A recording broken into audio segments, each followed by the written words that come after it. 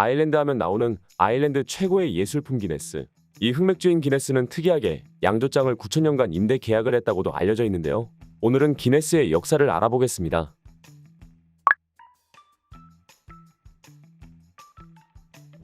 18세기 후엽 아일랜드 더블린에서 아서 기네스가 처음 맥주를 빚으면서 역사가 시작되었습니다. 아서 기네스는 1759년에 버려진 양조장을 1년에 45파운드씩 9,000년간 임대 계약을 체결했습니다.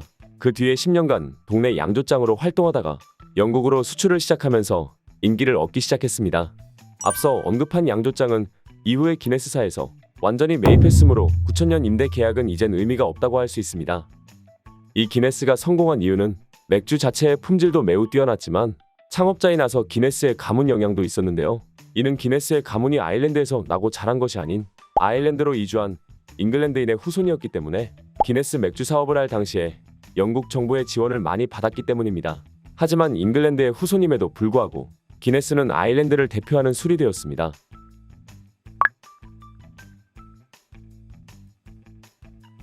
기네스는 흑맥주 대표격이지만 커피 맥주라고 불릴 정도로 꽤 씁쓸하면서도 달콤 쌉싸름한 맛을 가지고 있는데요. 이는 스타우트 특유의 볶은 메가에서 기인하는 커피 향과 태운 듯한 맛, 그리고 특유의 단맛과 쓴맛이 적당히 있는 편으로 원래의 스타우트보다는 마시기 편하게 만들어졌으며 질소 거품을 사용하여 거품의 질감이 마치 크림 같고 대신 청량감은 다소 줄어든 맛이 납니다.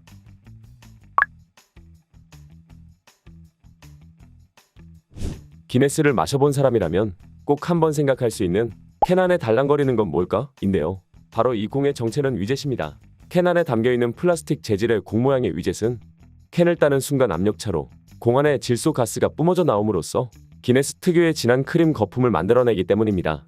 공 하나 만드는데 100억을 썼다는 걸 손해가 아닌가라고 생각할 수 있지만 공의 특허비로 이 개발비를 모두 회수하였고 지금도 다른 많은 흑맥주 브랜드가 이 위젯을 사용하고 있습니다.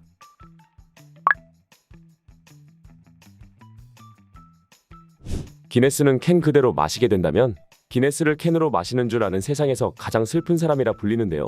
그 이유는 완벽한 기네스 파인트 맥주 한 잔이라는 뜻을 가진 기네스만의 퍼펙트 파인트라는 기네스를 마시는 방법이 있기 때문입니다.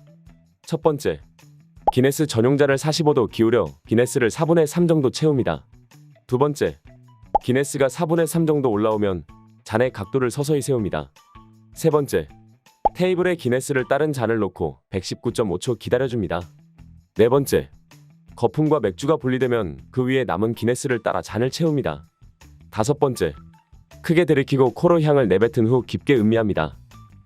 여담으로 전 세계에서 기네스 하면 기네스북을 떠올리는데 이는 기네스 설립자인 아서 기네스 백작의 사대손인 휴 비버경이 강변에서 새 사냥을 즐기던 중 가장 빠른 새를 알아보기 위하여 참고 서적을 뒤적여보는데 어떤 서적에서도 가장 빠른 새를 찾을 수 없자 사업가인 휴 비버경은 이 새를 시작으로 특이한 기록을 모아놓은 책 기네스북을 만들었다고 전해집니다.